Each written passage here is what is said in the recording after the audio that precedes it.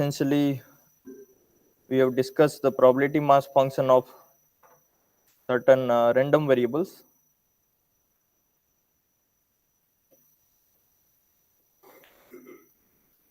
So we know that the random variable is a function which assigns to every sample point some real number, and using the random variable,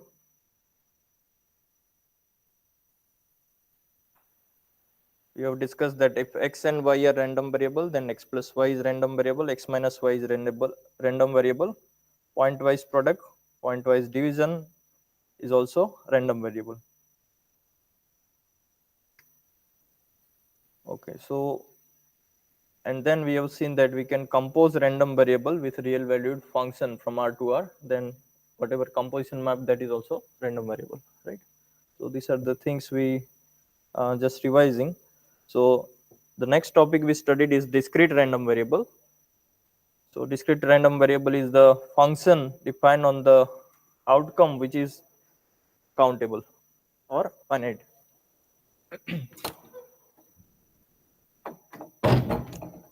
Which is countable or finite range. So such a functions are easy to study. So one experiment is tossing a coin up to getting head. So these are the examples.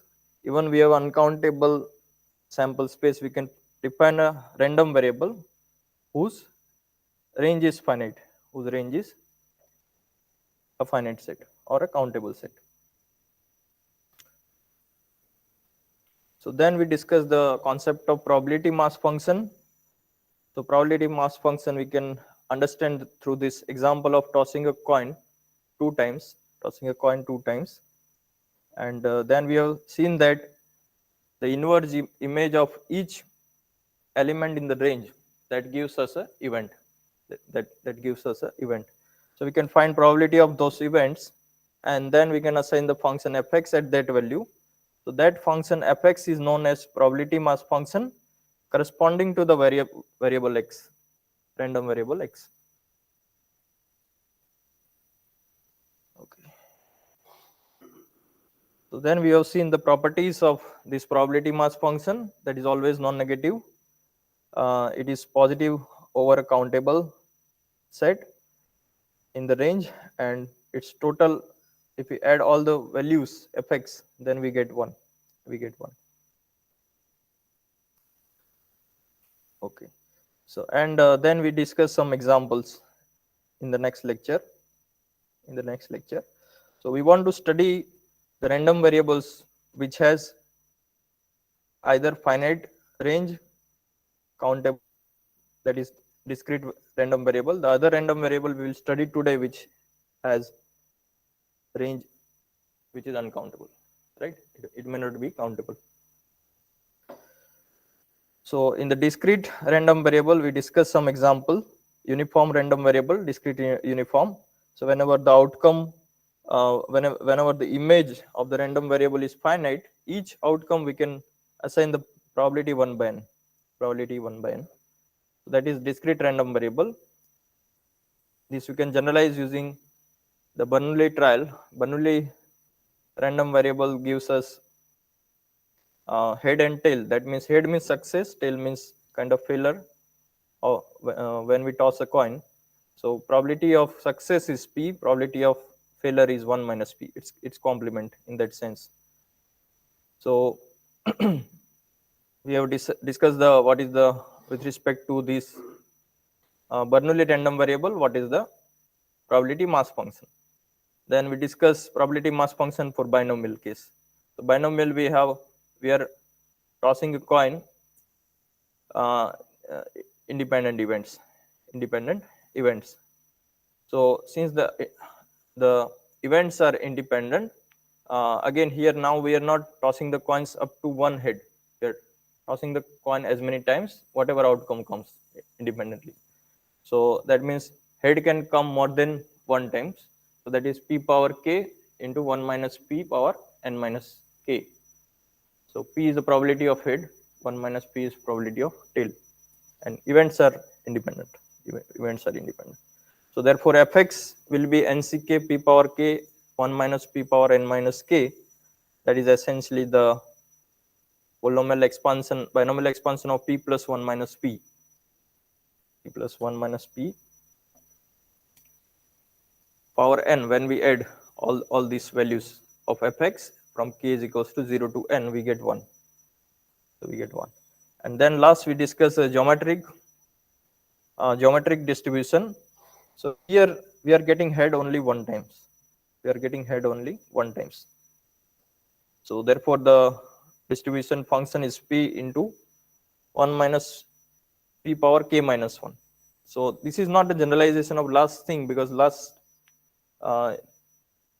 case we have allowed head more than one times, but here we are allowing head only one times, right? But then this has very nice properties using the geometric series expansion. And then we discuss memoryless property of this.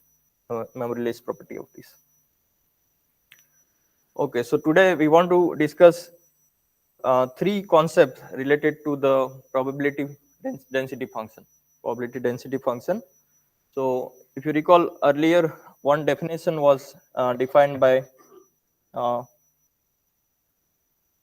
in the earlier classes. So that is, what is the probability density function? So that is the function which we integrate over the whole real line. Its integral is 1, right? It is normalized. It is normalized. So let us recall that definition.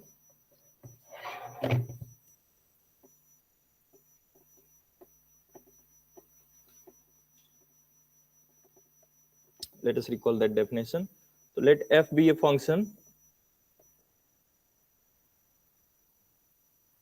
which is positive. So here positive means it is strictly positive, or it can be 0 also, but basically it is above the x-axis. So fx is non-negative, right? So in that sense it is positive on the real line, and normalize so that I'll provide the notes after the class, right? No need to write, just try to understand.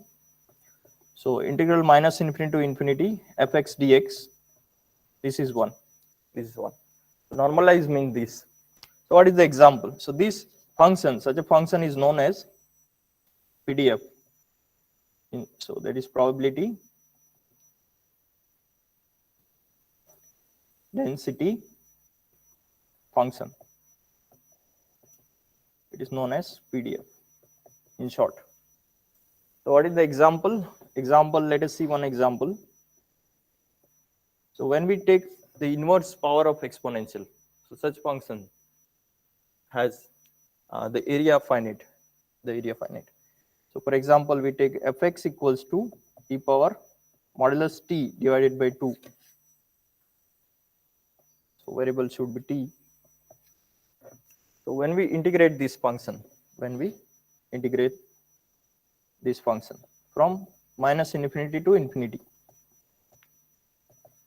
so this is improper integral, right? Because the interval is minus infinity to infinity. But since it takes positive values, we can evaluate in the way we evaluate the usual integral. So what is the special property about this function?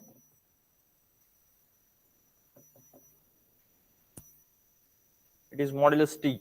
So that means whether you take positive value or negative value, it is same. So such functions are known as even functions, right? So when we have a even function over a symmetric integral, then we can write it 2 times 0 to infinity, right? 2 times 0 to infinity. So this integral is 0 to infinity. Now we can take e power t dt. So so let us take minus of this, negative of this. So it will be e power minus t. So because we want to make the integral value 1. So therefore we are taking negative. So now what will be the 2 will cancel. The integral will be e power minus t divided by minus 1 t is equals to 0 to infinity. So e power minus infinity, that means 1 upon e power infinity. Exponential is an increasing function. So as x tends to infinity, e power x goes to infinity, right? Strictly increasing function. So therefore this value will become 1. This value will become 1, right? So this is a function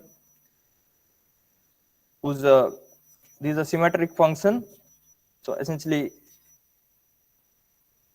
its highest value is 1 by. So if we take t, right, so then it will be infinity. So area will be infinity. We want area to be 1, right? So we want finite area. So basically the graph like bull shape or whatever you call. So mountain like graph. So essentially we have what will be the highest value of this function at t is equals to 0, that is half, right? It is half, and then it is decreasing both the side.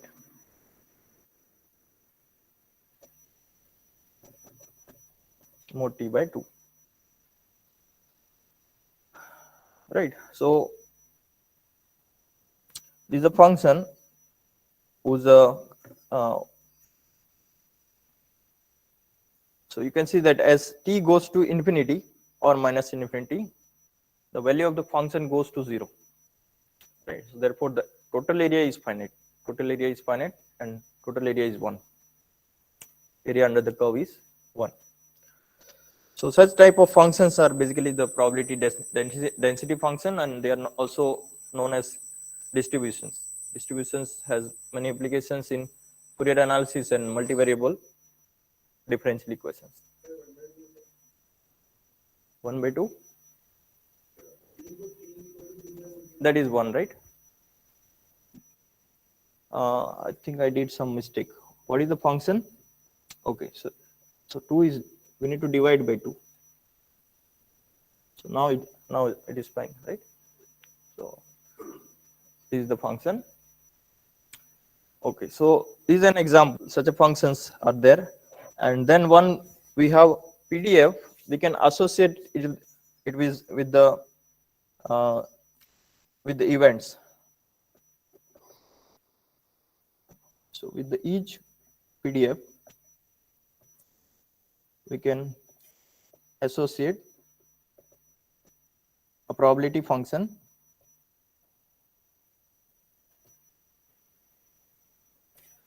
P defined on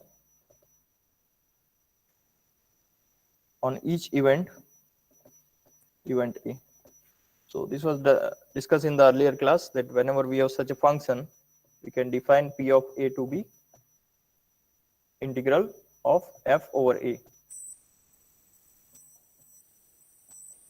Right. So this way we can assign the probability on each event. But essentially A is a subset of the domain. Domain of f is a real number here for this function. So that means we need to associate the events of the interval. So let us consider the sample space to be close interval 0, 1, and we take any event in this. So close interval 0, 1, we usually take the event is a interval again, right? So event is a union of the intervals. So in that sense. So let us take any interval which is either close or close open, any interval which is a subset of omega. So in this event, we can define the probability function of this closed interval. So that is essentially integral a to b fx dx, right? Because we are integrating over a is a closed interval. So the integral is from the x is between a and b. X is between a and b. So now if we choose some special probability function, function whose area is 1, so we can take kind of step function. So over the closed interval, its value is 1, otherwise it is 0. It is 0, right? So define f from R to R by fx equals to 1 if x belongs to close interval 0 1, and it is 0 if x is not in this set. So that means the real number which are not in this set, we are assigning the value of the function is 0. So what is the total area of this function?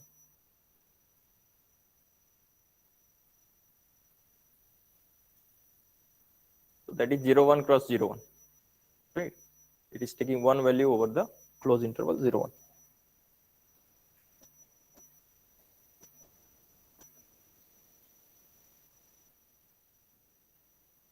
Right, so function is this, otherwise it is 0. So total area is 1, right? So this is the distribution function, and corresponding to this distribution function, now what is the value of this integral?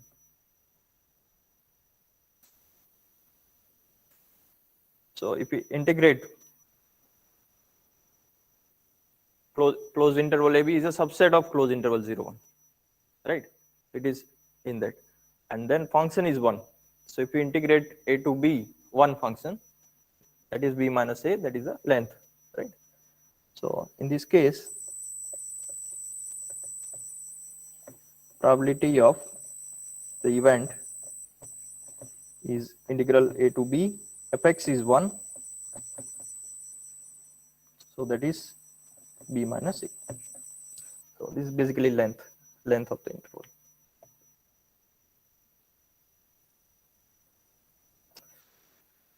Okay, so this you already know all these things because you know what is the probability distribution function.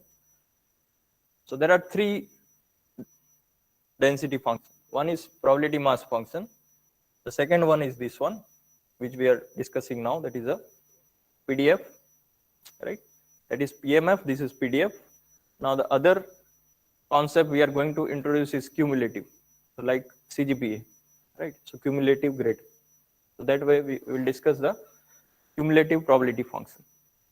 So we discuss the probability mass function. Using probability mass function, we'll define the cumulative probability function. So that is known as CDF in short. So cumulative density function. In short, we'll write as CDF.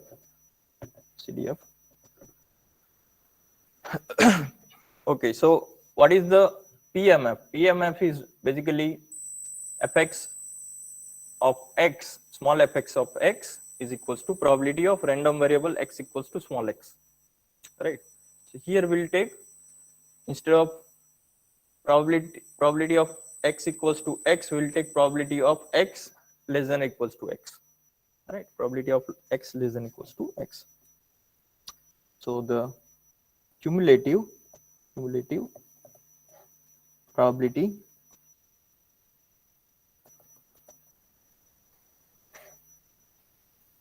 density function is defined as, so this one will write capital Fx. The capital Fx at given value x in the range of the random variable. So x is the value in the range of the random variable capital X. It is defined as probability of x greater than or equals to x, x less than or equals to x, x less than or equals to x. So what does this means? This means we want to take all the values in the domain, all the outcomes, such that when we apply the random variable on the outcome, its value is less than or equals to x, right? Less than or equals to x. So that means essentially it is an integral. So we know that when we take probability of x is equals to x equals to t, and you change t from minus infinity to x, you get all the probability of x less than or equals to x, right? So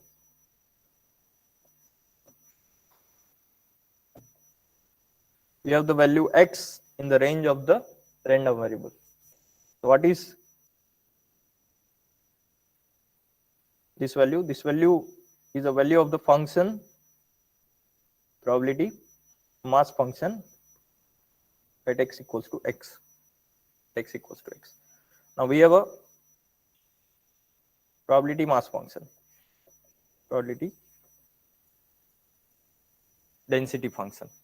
So if we integrate this vertical strip for all, let us call this t.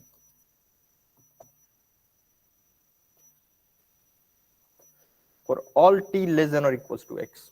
For all t less than or equals to x.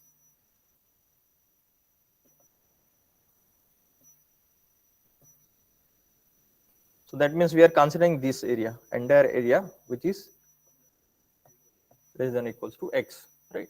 So that area is essentially the integral of the probability of capital X equals to t. T is running from minus infinity to x, right? Minus infinity to x. So that means, and then we know that this value is essentially the probability mass function. Probability mass function. So that notation for the probability mass function is small fx.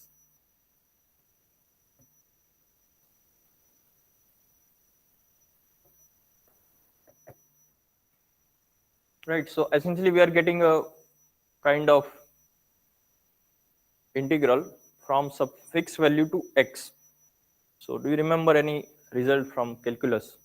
If you have a function from integral a to x fx dx, then we can differentiate it. So that theorem is known as fundamental theorem of calculus, right? Fundamental theorem of calculus. So whenever we have a function which is defined in terms of area, we differentiate that function. That is essentially the integrand. That is essentially the integrand. So that means when we differentiate this function fx, its derivative is this function, small fx. Right? Derivative is small fx function. But there are certain conditions on small fx. That function should be continuous at that point where we are differentiating. Right? So at small x, the function should be differentiable. The function should be continuous. Then the integral is differentiable. So if the probability mass function is continuous at t equals to x, then we can differentiate the CDF, right? Capital Fx. We can differentiate CDF, and its value at the point x, is essentially value of the derivative coincide with the mass function. Right? Value of the derivative of CDF coincide with the value of the mass function at that point. So what we use here is the fundamental theorem of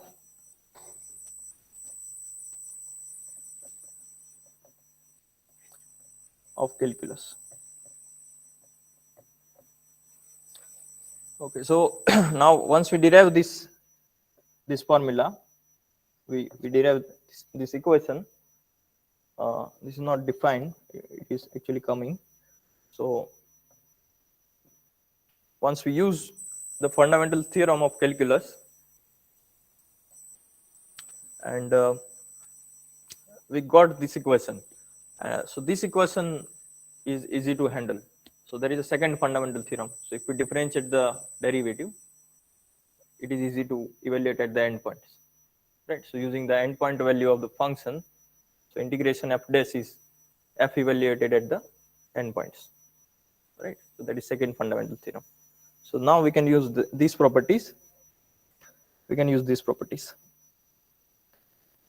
So we have a remark out of this observation. The first remark is, as if you take limit of x tends to infinity, capital Fxx. What is that? That is limit x tends to infinity, integral minus infinity to x fxt dt. So now you see the diagram. So if x approaches to infinity, then we'll get the entire area of the function f, right? Entire area of the function. So what is the entire area of the function f? That is the probability function. Total area is 1, right? Total area is 1. So as x tends to infinity, this is essentially minus infinity to infinity fxt dt, and f is the probability density function, so total area is 1. So these are the properties of CDF. So when x tends to infinity, CDF approaches to 1.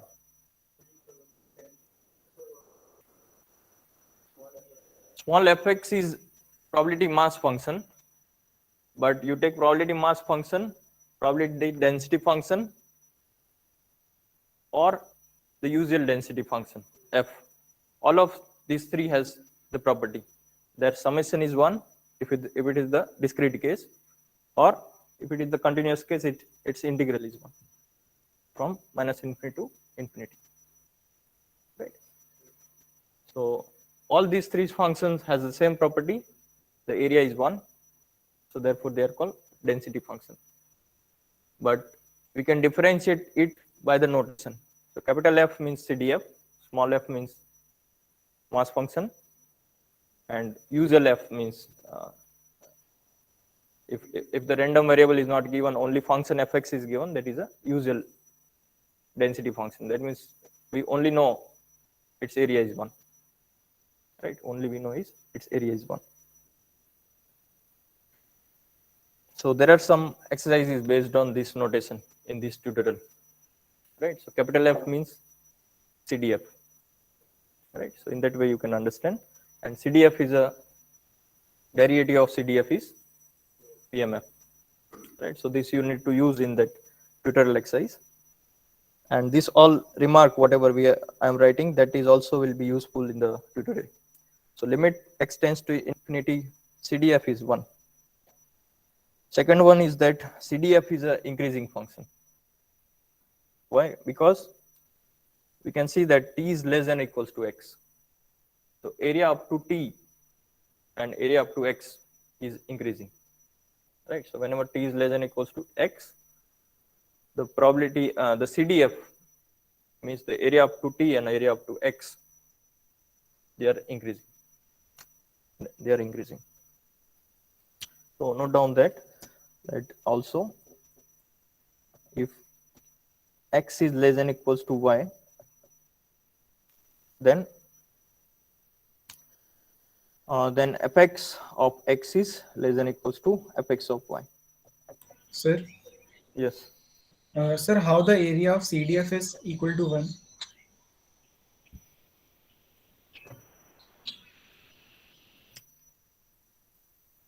So this is our probability mass function.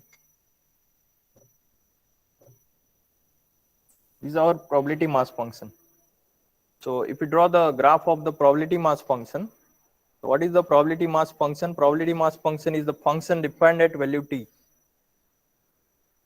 So that is a vertical strip which we have drawn here over t. So if we take a vertical strip,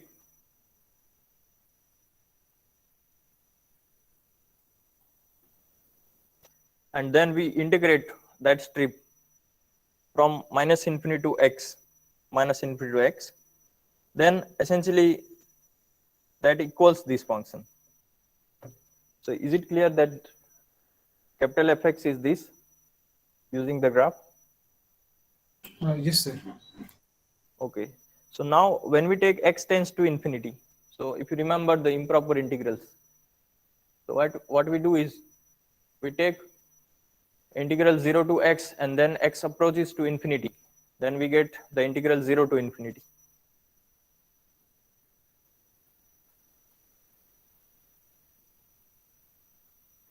Right?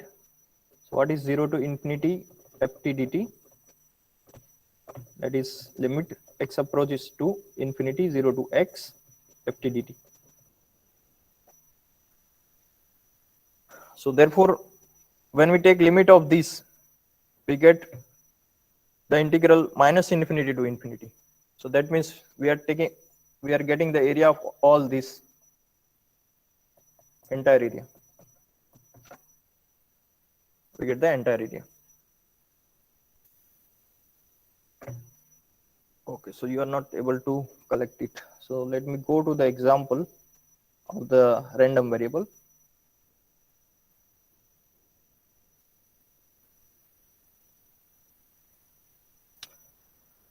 Yeah. So we take all the values in the range. We take all the values in the range 1, 2, and 0.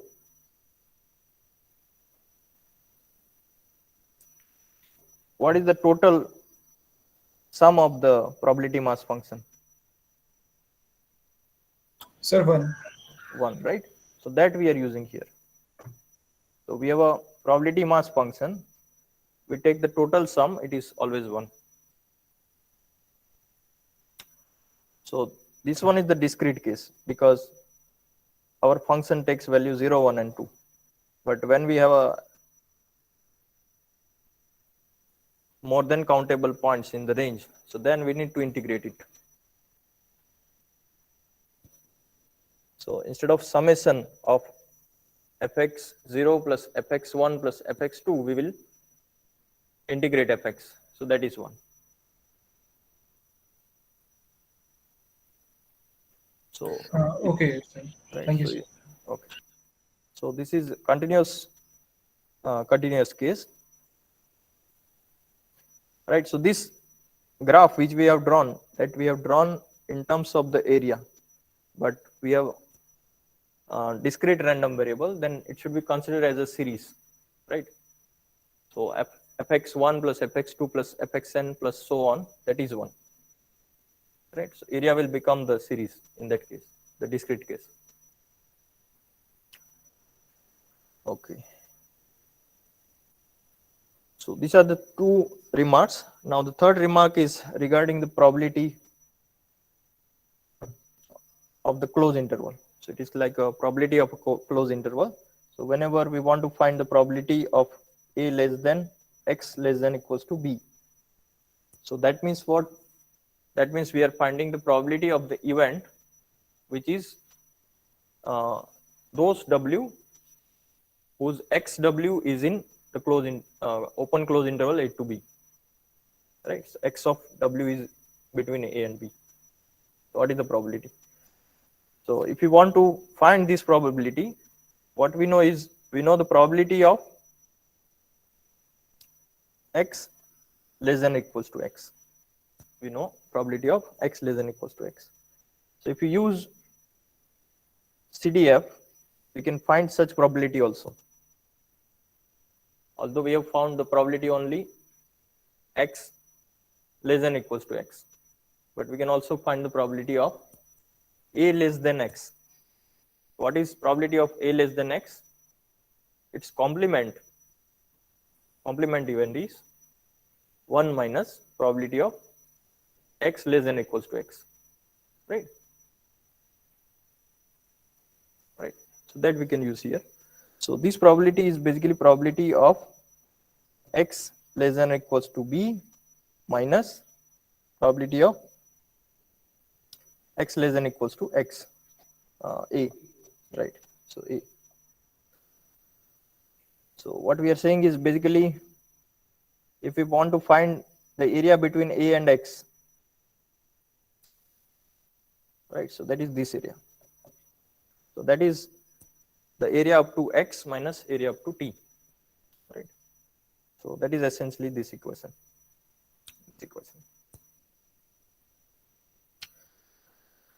Okay, so these three properties will be used in the some of the examples of tutorial.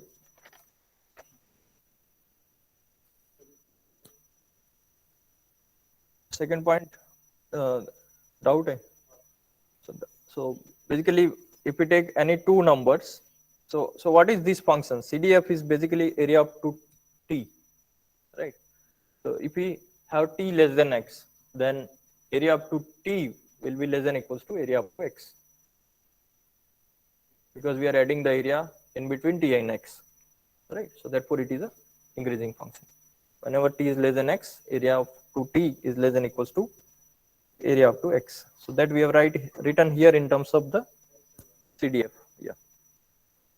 So this x is a random variable, capital X is a random variable, and small x and y, small x and small y are the value of the random variable x, right? So that is in the codomain of the random variable.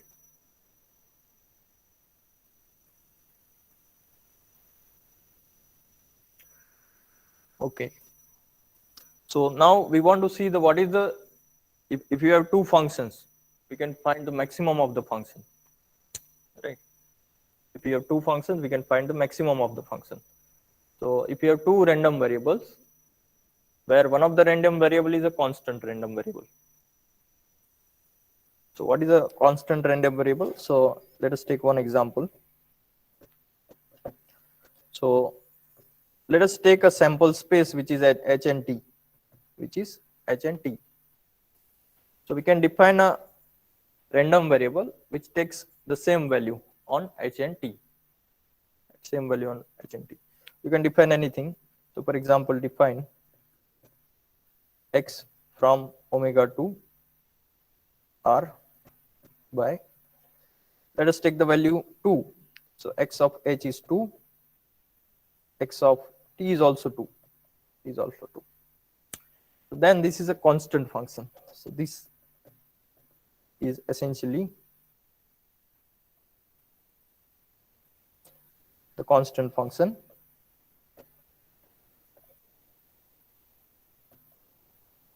Function 2. So in general, so it is better to write, instead of capital X, we can denote this function by 2 itself, right? 2 itself. So whatever outcome, it gives values 2. So define the constant function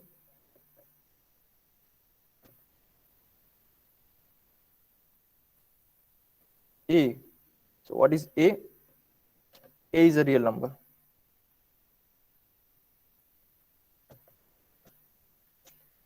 So a assigns each outcome the value a. The value a.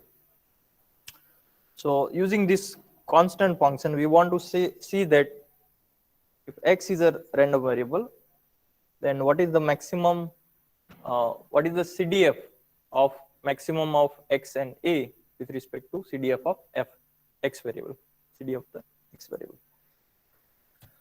So find the relation between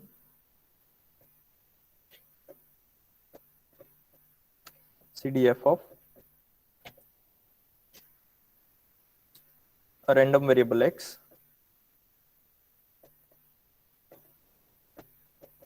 and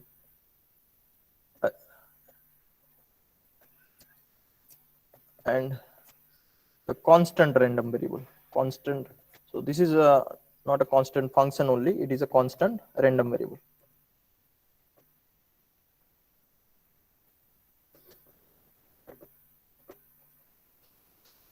So constant random variables are defined on any event, on any experimental space,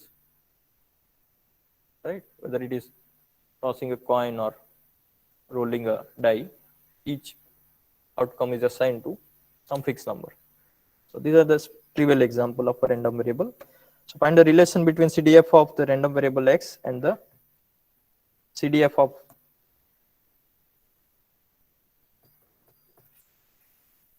of a and the CDF of maximum. So this is also a random variable. This is also a random variable.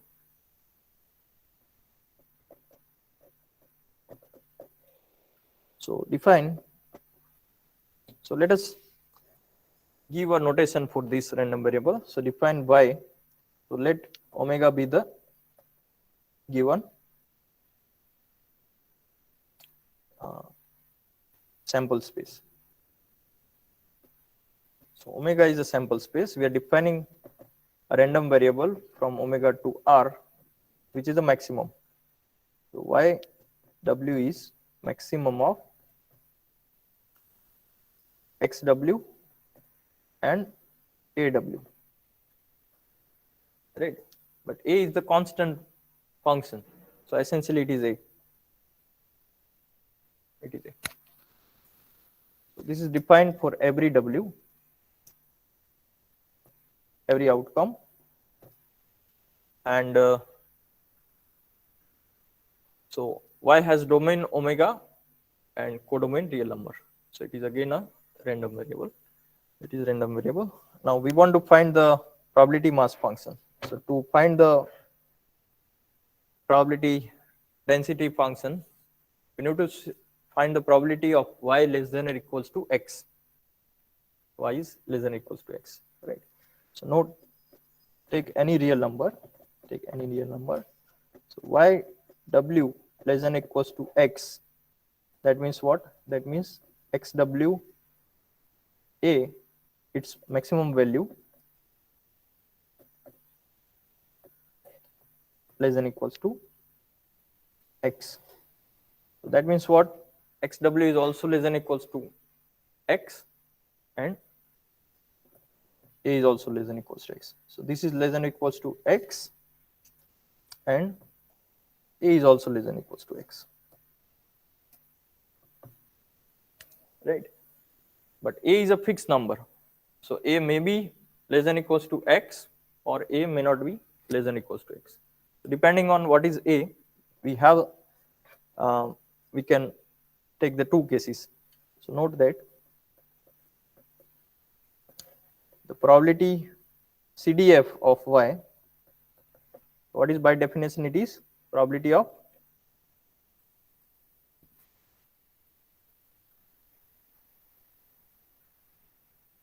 so earlier we have taken x less than equals to x. Here the random variable is y. So y is less than equals to x, right? So basically this condition. So now if y is less than equals to x, we have two cases. So if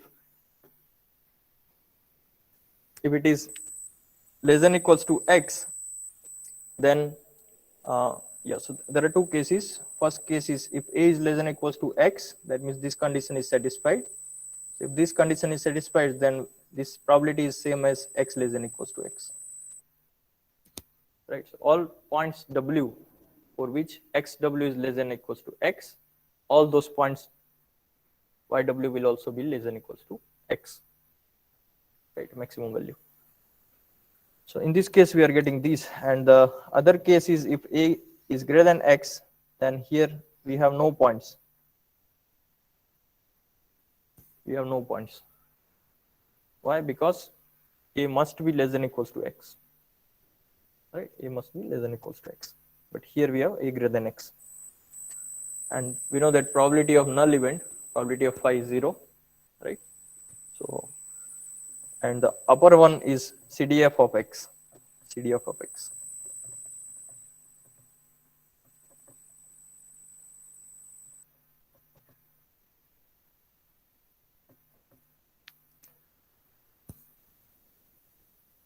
Right. So now we know that CDF of x, the total area is 1, right? But now in this part, a greater than x, x is a fixed number, greater than x, this value is becoming 0, right? But x is a moving number, x is a moving number, x is a moving number.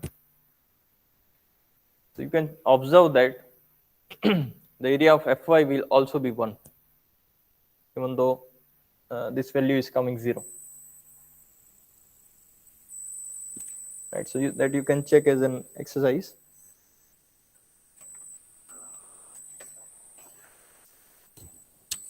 Okay, so we have found basically the CDF. We have found the CDF of the maximum function, maximum with respect to some constant variable, and its relation with the CDF of the random variable x. Okay. So now the next topic we want to study is Poisson random variable. Poisson random variable.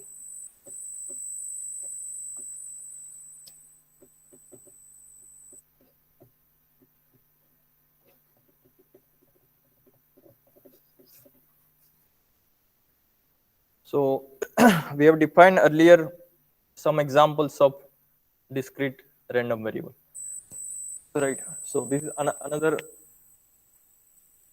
random variable. Now this random variable is defined as a random variable x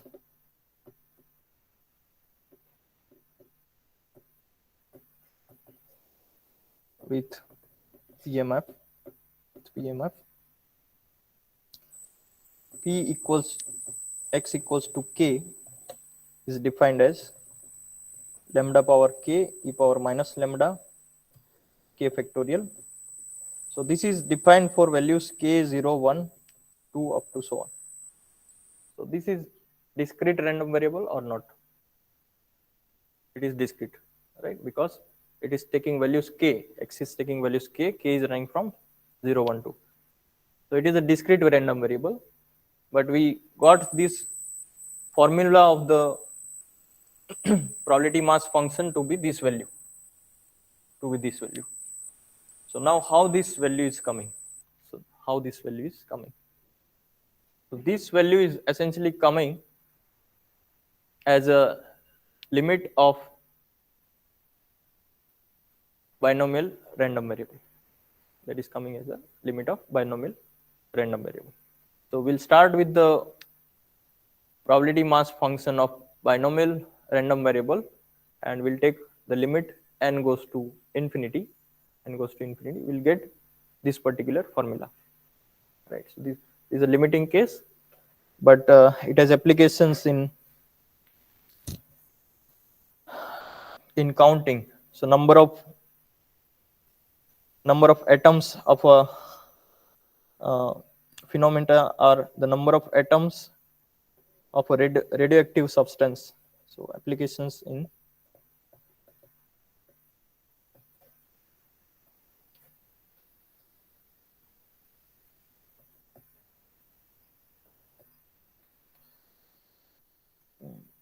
phenomena like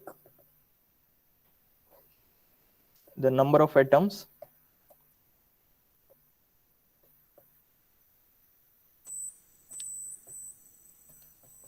in a radioactive substance.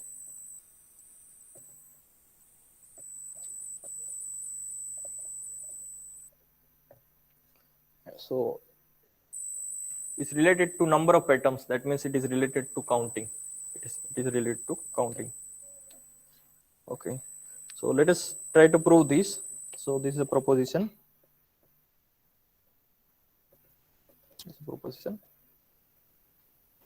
So the binomial expansion, consider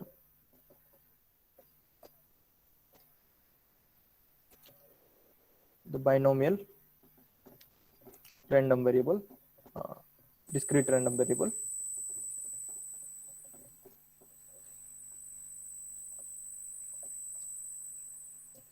So usually we denote the binomial discrete random variable. There is a notation. It is BKNP. BKNP.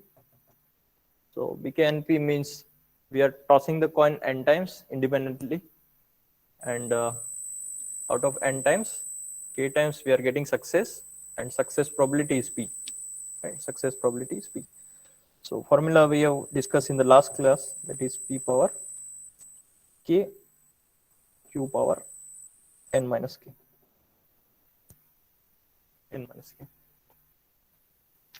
And then we have seen that summation of this is 1 over a is equals to 0 to n. K is equals to 0 to n. Okay. So what we want to see is that if we take any positive number, so let lambda be any positive number, and take we'll take some specific value of p. So define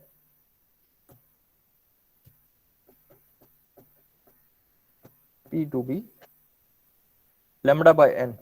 So n is the given natural number of times we tossing the coin, and lambda is any positive number. So using lambda and n, because lambda is positive, n is natural number, p is also positive. So if you take this as p, then 1 minus p is basically 1 minus lambda by n. 1 minus lambda by n. So we want to find the limit n tends to infinity, just substituting this value of p. So bk n lambda by n, its value as n tends to infinity. So this is n ck lambda by n power k, 1 minus p is lambda by n,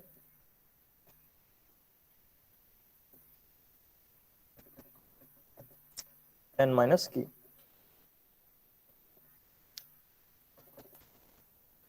Okay, so limit, yeah.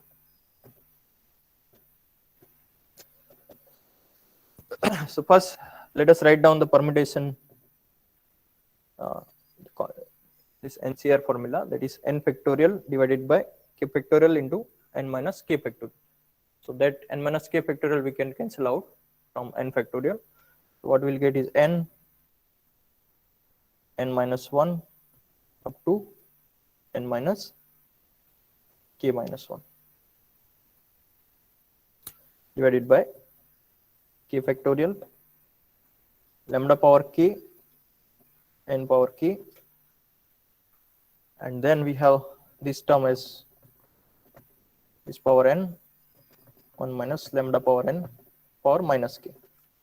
Now lambda is positive. Yes.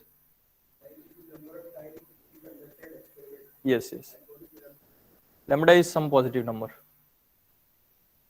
fixed positive number. Yes. So no. Probability here is what? Probability of getting success.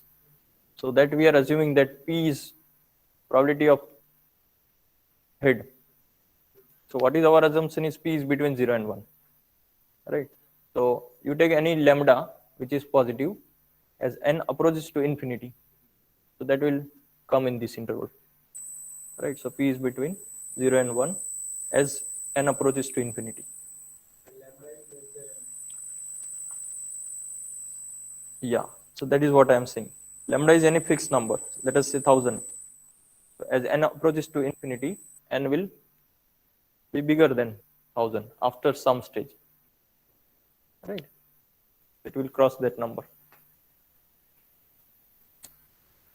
So then we can consider p as that number. So therefore we are taking the limiting. So limiting we are taking, so this p will be between 0 and 1 after some stage.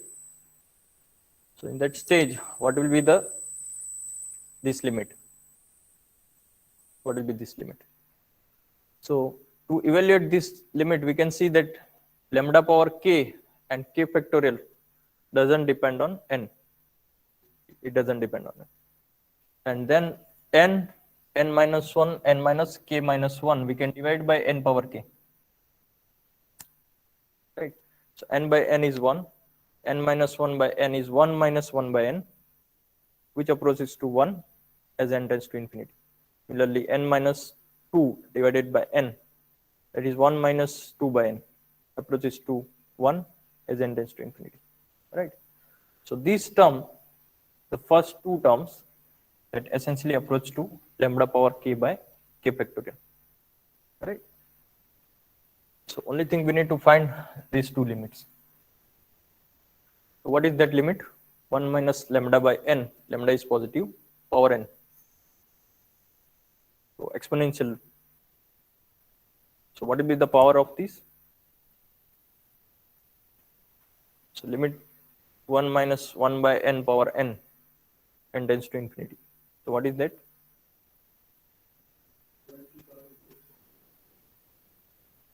1 plus 1 by n power n is e, exponential e, right?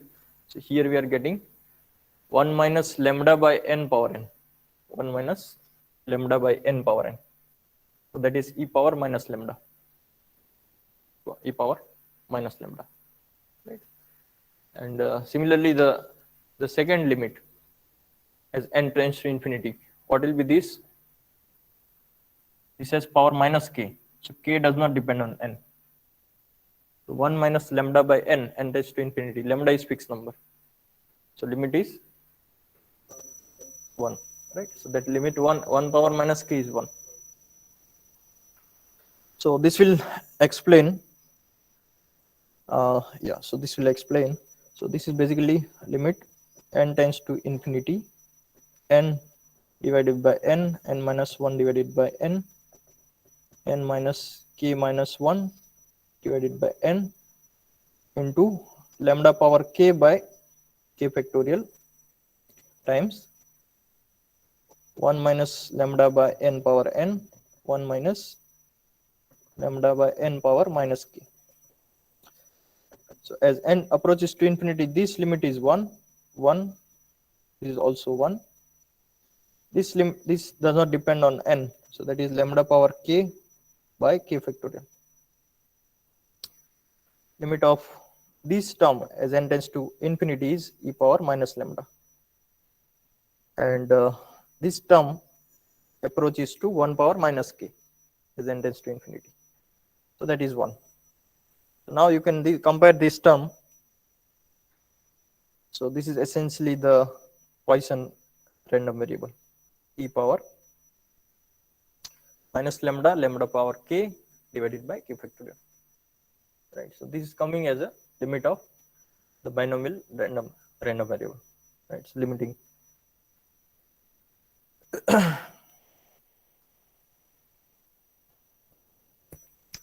Okay, so in fact, for different value of lambda n, we can find value of this function also. So we can take n to be 1000, p to be 0.01, and some fixed value of lambda. So lambda is n by p. What we have taken? Yeah. So p is lambda by n. So that means with fix n and p, we can find lambda. Fix n and p, we can find lambda. So we can keep increasing n, 1, 2, 3, so on. P is fixed. Let us say 0.01. P is fixed. We change n, we get different value of lambda. Right. So in that way, if we fix lambda, we change n, we get different value of p. Different value of p. So what I'm saying is we can compute this probability function of PMF of Poisson random variable if we know what is the value of lambda and k, because we know the value of exponential, right? E value we know. So using that we can compute this. Okay, so so now the next topic is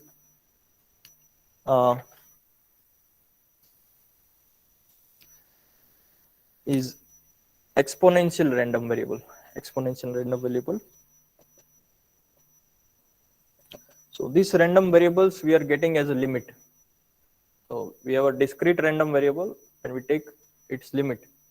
We are getting new examples of a discrete random variable by taking n tends to infinity. Okay, so under a random variable,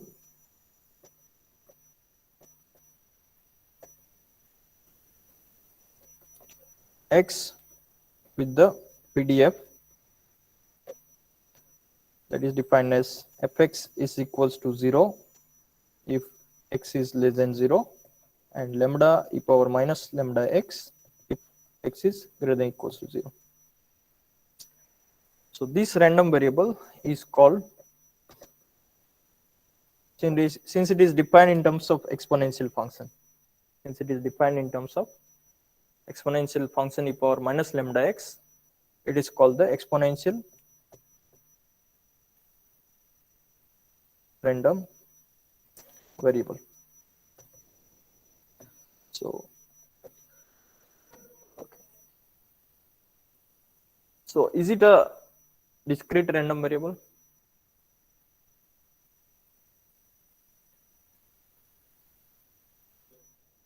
So you take, so for which values of x we can define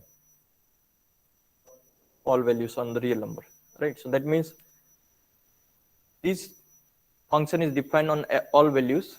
So that is basically the continuous random variable, right? It's a continuous random variable. Okay, so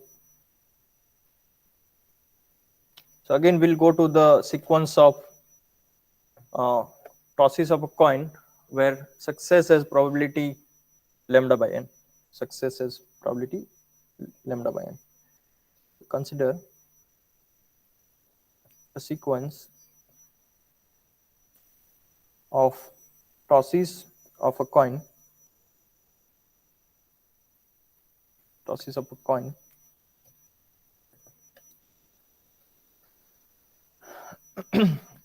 where the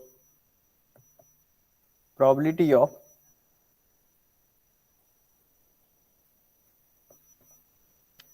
getting success is Pn equals to alpha by n, where alpha is some fixed positive number and n is a natural number.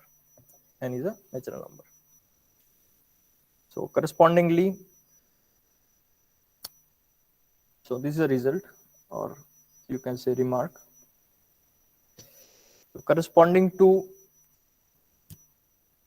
this experiment, we can define a random variable. So let xn takes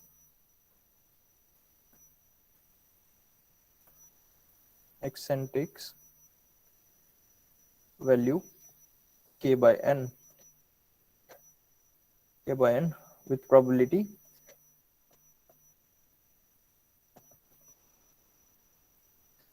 so tosses of coin till the success, right?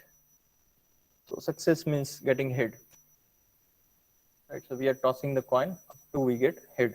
So outcomes are h, th, tth, and so on. So what will be the probabilities? Probabilities will be p into 1 minus p power k minus 1, right? So probability mass function at k is p into 1 minus p power k minus 1.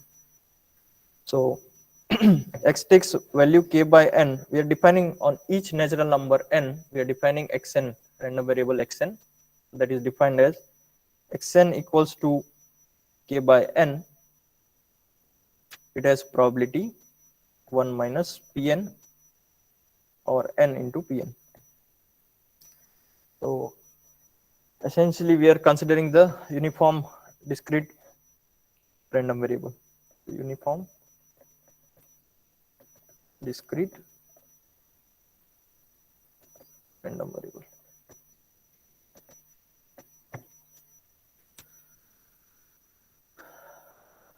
Okay. So then what will be the probability of the CDF of this random variable? CDF of this random variable. So we have seen that the relation between this probability and probability of this, the total probability is 1. Total probability is 1. So xn less than equals to x and xn greater than x. These two are disjoint sets, and their union is all the points in the sample space, right? Because if we have a sample point, xn of w will be either less than equals to x or it will be greater than x. So therefore, probability of xn less than equal to x is total probability minus probability of xn greater than 1, greater than x, right? And then xn greater than x, again we can write in terms of the integration x to infinity, right? But here we have a discrete random variable. So instead of taking integral, x to infinity, right? Because xn greater than x, so we need to take x to infinity. If xn less than equals to x, then it is integral minus infinity to x, right? All the points less than equals to x. Here we are taking all the points greater than x. So that means since discrete random variable is there, we will take the summation. We will take the summation. So 1 minus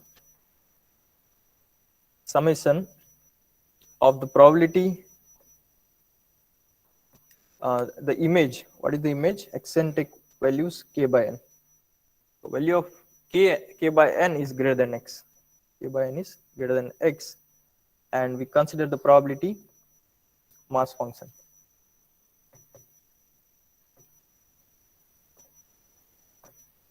We'll take the probability mass function, right?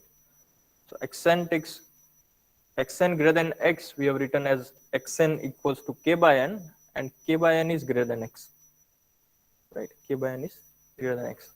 So it is like substituting a variable kind of thing, right? Substituting a variable.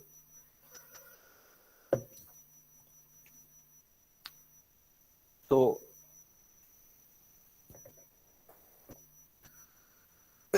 so what is the probability? Probability, we seen that the probability will be 1 minus pn power n times pn.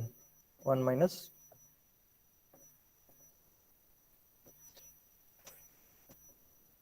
pn power n times the probability of the success. Probability of the success. Now we want to find k such that k by n is greater than x. K by n is greater than x, and k is an integer, n is also integer. K is integer, n is also integer. Note that k n greater than x, this will give k is greater than nx, right? Nx may be integer, it may not be integer. We want to find all k such that k is greater than nx and it is integer. So what we can do, we can consider the upper limit, right? So that is nx plus 1, integral part of nx plus 1.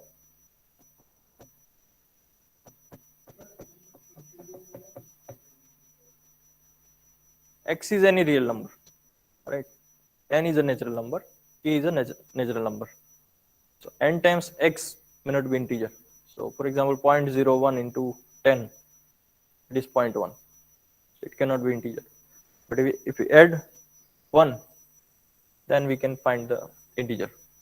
So right, integer value function we can consider. We can consider the integer value function. So basically what is this summation? That is all the possible value of k which satisfies this condition. So that means it satisfies it satisfies this condition. Yeah, so we can replace by that. So that means all the summation, all the k such that k greater than nx, and what is pn we have not substituted, but pn is, we are taking essentially is alpha by n. Alpha is any positive number. Alpha is any positive number. So that we need to substitute later on, but first we are writing this k. So basically it is 1 minus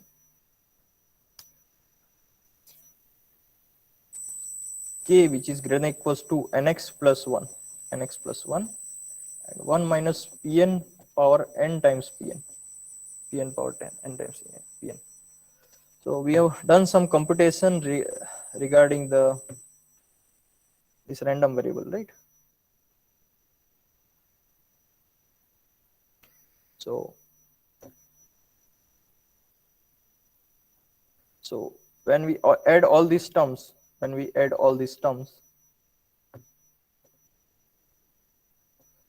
what we get is 1 upon 1 minus r.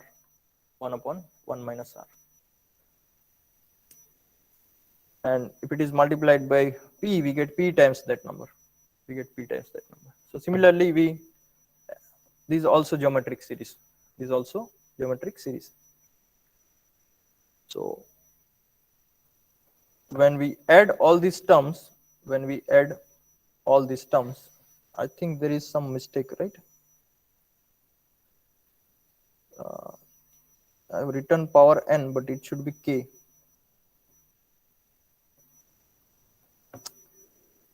Okay, so yeah, because n times we are tossing the coin, but we are getting failure k times, right? So and no, we are that this is experiment of HHT, uh, HTH, TTH, TTTH, right? So success one times, failure k times or k minus one times, basically, right? One times less. That is failure. So that is k. K is basically that one.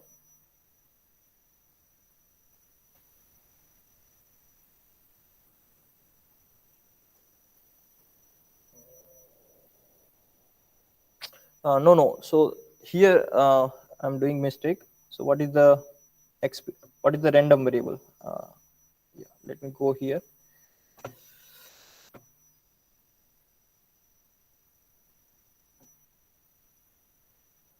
So we are defining the random variable xn, which takes the values k by n with this probability.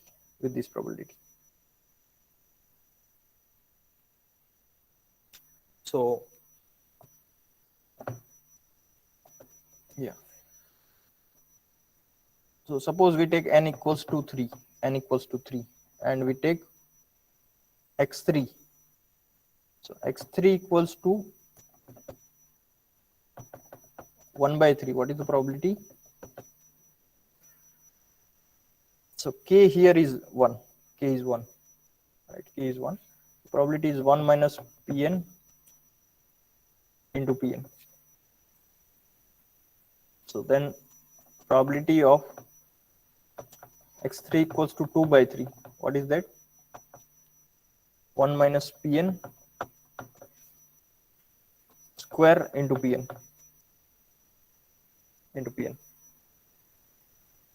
Right. So k is running from 0 to infinity. Right. So that means we'll get the powers 1 Pn into 1 minus Pn, Pn into 1 minus Pn square, Pn into 1 minus Pn power 3, Pn into 1 minus Pn power k, and so on. Right. So k is up to that.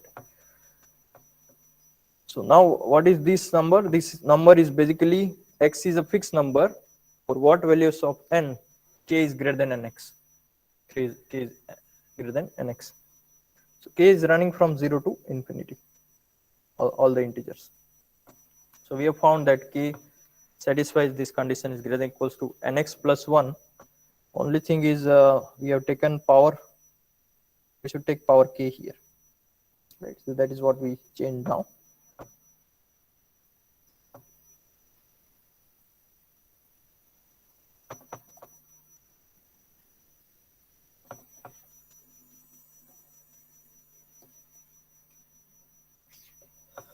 Okay, so now this is a geometric series. Now this is a geometric series of this type, and we can add up that.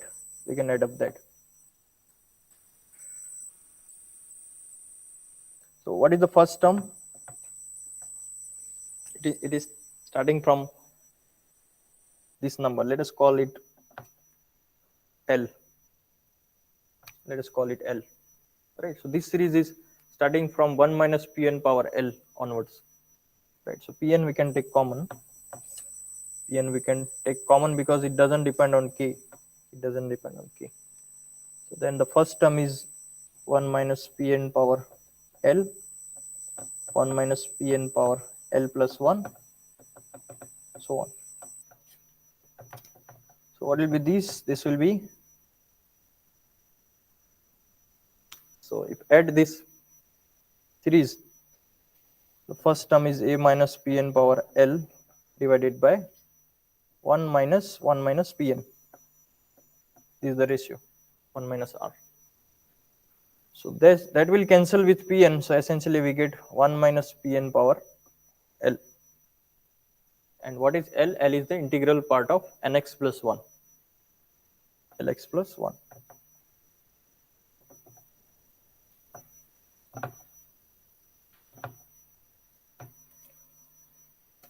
Okay, so this will be 1 minus Pn power nx plus 1. Right, and then we take n tends to infinity. So we are taking Pn to be alpha n or any number which converges to alpha n. We take Pn to be either alpha n or any number which converges to alpha by n.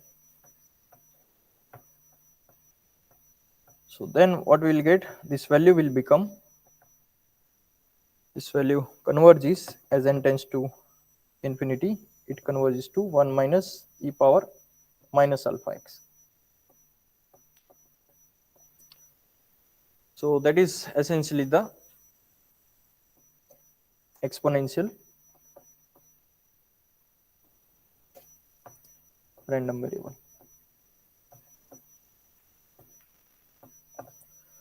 So essentially we use the geometric random variable, that formula. So geometric, this one. So that is geometric distribution. Its limit is exponential random variable. So that is this result. We proved here that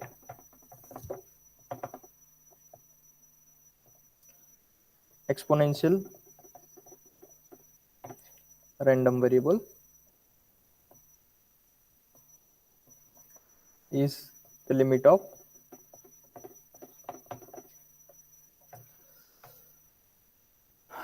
geometric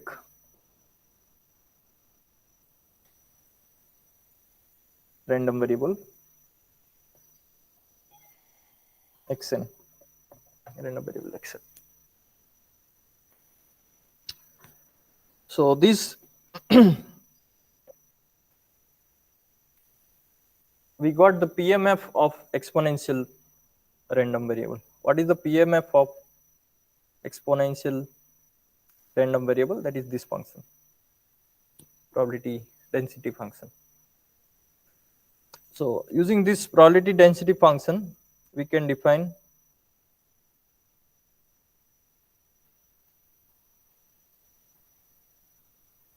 so this is essentially we found to be 1 minus e power minus alpha x. So now we can find the probability of the interval. So what is the probability of the interval?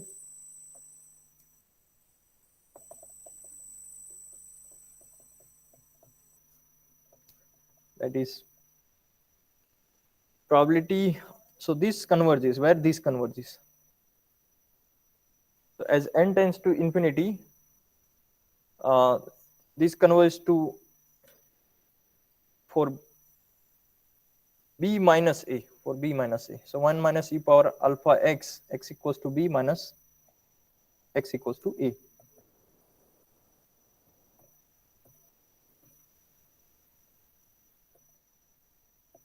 Right. So this is essentially e power minus alpha a minus e power minus alpha b. So this you have seen earlier, right? I think Dr. Desari has discussed this function. It's a probability function, e power minus alpha a minus e power minus alpha b. Right. So this way we can define the probability function on the intervals, and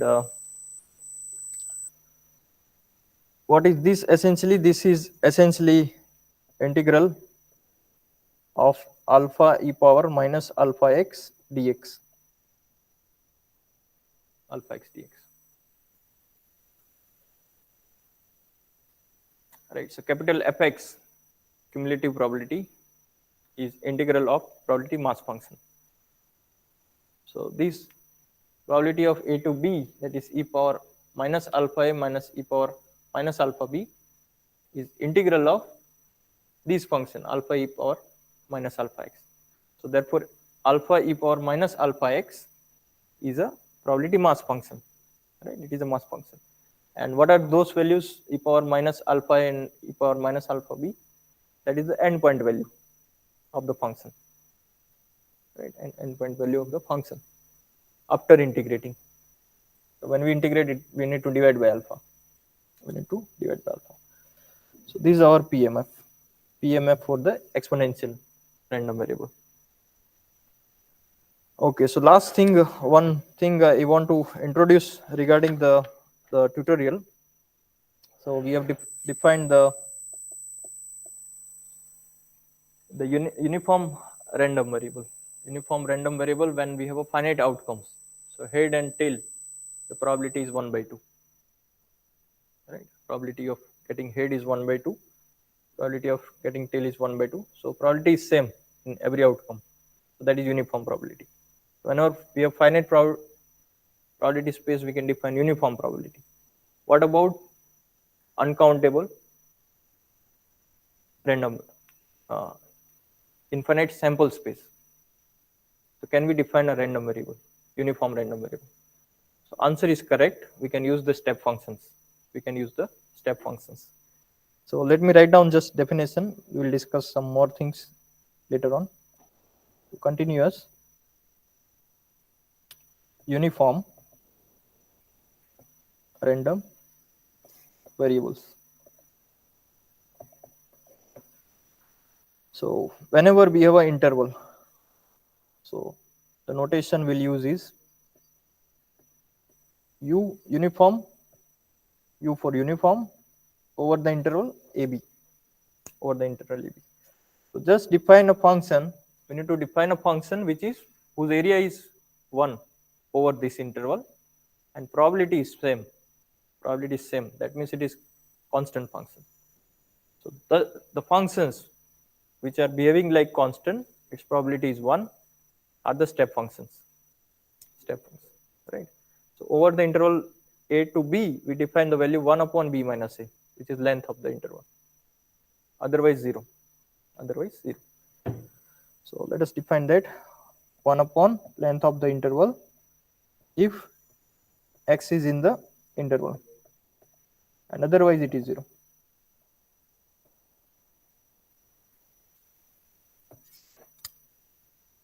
Right? So yeah, so I think this is enough for today class. Yeah, so if you have doubts, you can ask now.